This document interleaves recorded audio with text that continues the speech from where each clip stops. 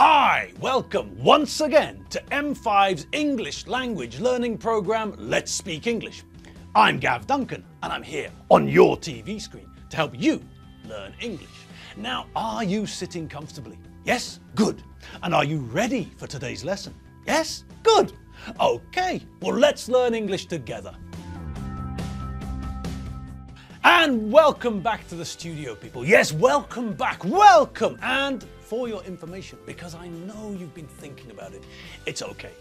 I didn't have to sleep here last night. No, the people who control the TV, the gods of TV, decided to let me out of the funny flat box and I was able to go home for a coffee. Phew! And as I promised, I have returned. Yes, just as I said I would. I got up this morning, had a shower, of course, and then, following my shower, I applied antiperspirant to my armpits liberally. Yes, I whacked it onto my armpits. I chucked the stuff on. I drenched my armpits in antiperspirant. And why? Well, what a daft question. Why? Why?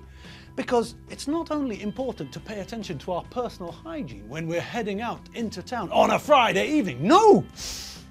We also have to try and make sure that we don't offend people by being smelly at work or at school or, well, anywhere really.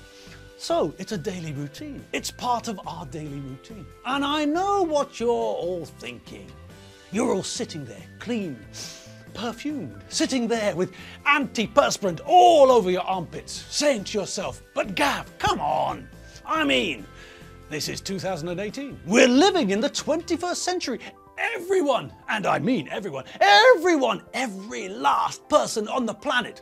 No, in fact, I'll go further.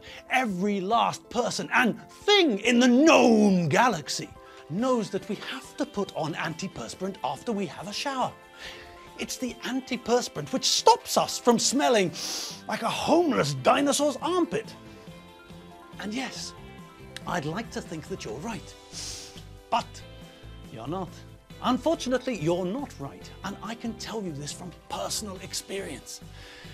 I know that you think that you're right, and I admit that it would be a wonderful situation if you were right, but I've got proof that you're wrong.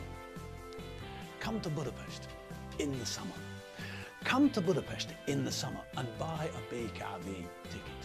Come to Budapest in the summer, buy a BKV ticket, and then get onto a tram, or go into a metro carriage, or get onto a bus or a trolley bus. And when you're on the tram or bus or whatever, take a deep breath through your nose. Yes, and then you'll discover that not everyone has figured personal hygiene out. There are still a few people in our society who think that washing your clothes once a month is enough. These people also think that washing your body once a week is enough. They're wrong, but they don't know it. So as gods of English, you all know that you have to keep your body clean, and more than that, you have to prevent the rest of us from being offended by your smell. But believe me, there are some people out there who still don't get it. So from a smelly subject, let's move on to something more, well, less smelly. How about that? All right, so welcome back to the studio where we don't smell like dinosaurs' armpits. Yes, we're here. We're back, and once again, it's time for us to have a brief look at the future. All right, well, let's start with will and going to, shall we? Okay, will.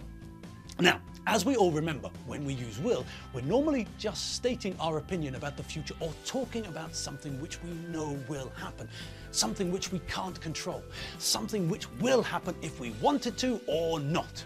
We often use will to talk about something that we decide at the time of speaking, a spontaneous decision about the future.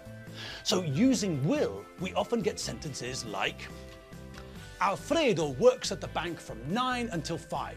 Tomorrow at 11 a.m. he'll be at the bank. The sun will rise at 6:45 a.m. tomorrow. I don't know what to order. Oh, hang on, I know, I'll have fried cheese. All right, now we also need to look at the form we use when we're using will to talk about the future. That's very simple. We use will plus the infinitive of a verb, without to. That's all. So if we're making a positive statement, we start with the subject. I, you, he, or something else. Follow with will, and then add a verb in the infinitive. It'll rain tomorrow. I'll see you later. He'll be at home this evening. All right, now, what about the negative form of will? Well, that's easy, isn't it? To make the negative, we just add not to will, and we get will not. And as usual, we tend to abbreviate this, and we use won't. I won't go to Miskolc with you. I'm going to Sopron. He won't pass his exam if he doesn't study. The man on the telly said that it won't rain this afternoon. So, finish these sentences and then we'll move on. As usual, let's do the first one together. What's your father say when he hears you crashed his car? I don't know, but he not let me drive his car again, I'm sure. Okay, so let's have a look at the first part. What's that at the end? That's right, it's a question mark, and we can see that this is a question. So we have to change a couple of things around, don't we? Now we know that questions normally start with a verb or auxiliary verb and follow with the subject. Do you like potatoes? But not here. And why not, pray? Yes, that's right, because this question starts with a question word. And when we're asking a question with a question word, we put the question word first. Okay, so that means that we start with what? Then, what comes next? Yes, the verb. And what's the verb in this sentence? Yes, will. So that gives us what will. Okay, now what? Yes, now we get the subject. And what's the subject of this sentence? Yes, your father. So now we've got what will your father? Okay. Now what's the main verb of the sentence? Say. Good. Now, your father is the third person singular. So do we have to do anything to the verb? No.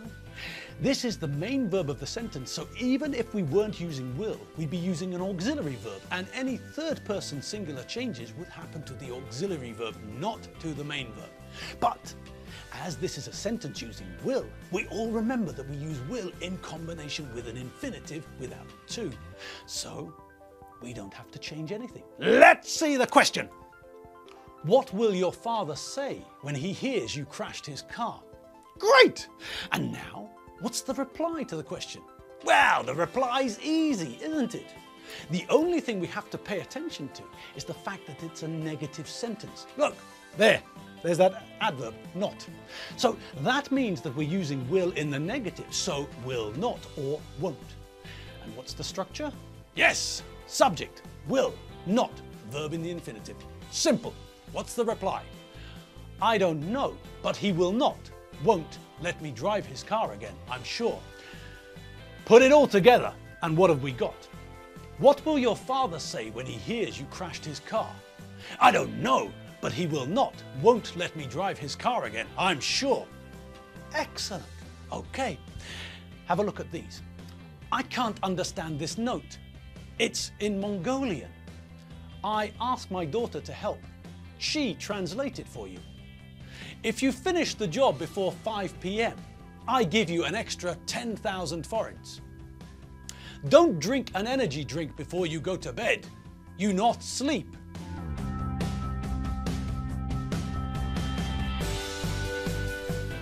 Okay, so what about those? Were they easy? Yes, they were, weren't they? So let's see what answers you got. I can't understand this note. It's in Mongolian. Yes, and here's the problem. I can't speak Mongolian. Luckily, though, your daughter does. And here, you're offering something to me. And we often use will to offer help. That's what you're doing now. The subject is the first person singular, but that doesn't really matter. Will is the same for all the subject forms. I will, you will, he will, she will, it will, we will, you will, they will. Okay, but here it's I will or I'll. Again, it makes no difference. And then, what about the second one? This is a different subject. It's the third person singular, but we're still talking about the future using will, so simple. She will translate it for you. I can't understand this note. It's in Mongolian. I will, I'll ask my daughter to help. She will, she'll translate it for you. Easy as pie. Okay, next. Okay, it's another simple one, isn't it? Subject, first person singular. Verb, give. I will give. Done. If you finish the job before 5 p.m, I'll give you an extra 10,000 forints. Well done. Next. Another easy one. It's will, but it's in the negative. Will not or won't. Don't drink an energy drink before you go to bed. You will not, won't sleep. Excellent. Well done. All right. Now, what about situations where we don't use will? What future situations can we think about where will is not what we need? Well, yes. If we're talking about something which we arranged, something which we planned, then we don't use will, we use going to or the present continuous. We will go to the cinema tonight. We're going to the cinema tonight. I won't work tomorrow. I'm not working tomorrow. Will you do the exam? Are you going to do the exam? All right. So we know and we also remember that when we're talking about a planned event in the future, we don't use will, but we use going to or the present continuous. Okay. And what about the present simple?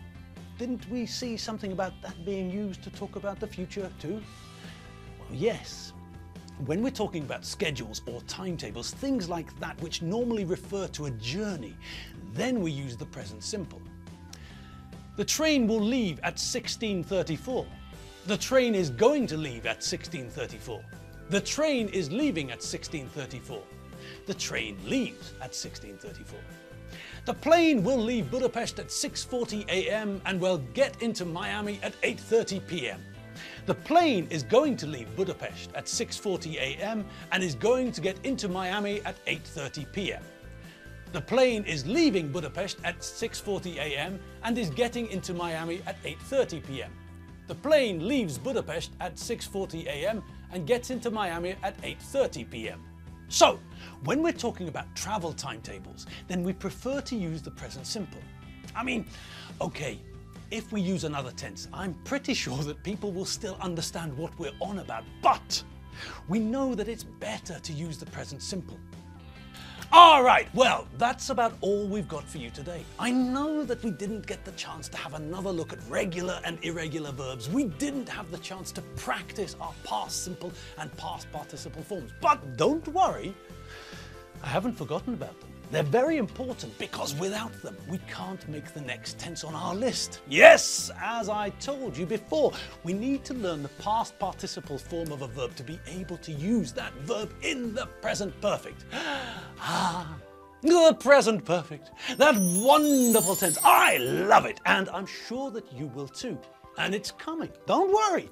But before we get stuck into the present perfect, I want to check that A, we know where we stand with the other tenses which we've seen and studied, and also B, that we know enough past participles to make it possible for us to create sentences with the present perfect. So, like I said, it's coming, don't be impatient. It'll get here, we know that. The sun will rise tomorrow. Friday will, ping, appear in our lives once a week and sometime soon. Probably next week, if everything goes to plan, we'll finally get our teeth stuck into the present perfect tense. All right, well, as I said, that's all the time we've got for you today. So now, once again, it's time for us to part.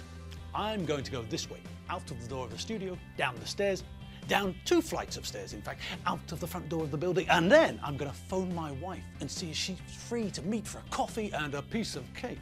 If she is, or even if she isn't, I'm going to cross the 2 lanes of traffic and get into the middle of the carriageway. That's where I'm going to wait, standing on the traffic island, which is the tram stop. When the right tram comes along, I'm going to get on the tram and travel until it's time to get off. Then, depending on whether Evie's got work to do or whether she's free, I'll either walk to meet her or walk home. So, those are my plans. And what about you lot? Well, there might be chores waiting for you, and there's always the dog. The dog needs a walk. The cat needs some milk or cheese or, I don't know, cat food. And the parrot has to practice its Esperanto. So go to it, people. Get your chores out of the way. Walk the dog, feed the cat, speak to the parrot. And if you've got some spare time, check out the website. I'll see you all tomorrow. And you and I both know tomorrow's not Tuesday, is it? No, by the middle initial of Michael Fox, by J, it's not Tuesday, it's Friday. See you all tomorrow. See you later. Bye.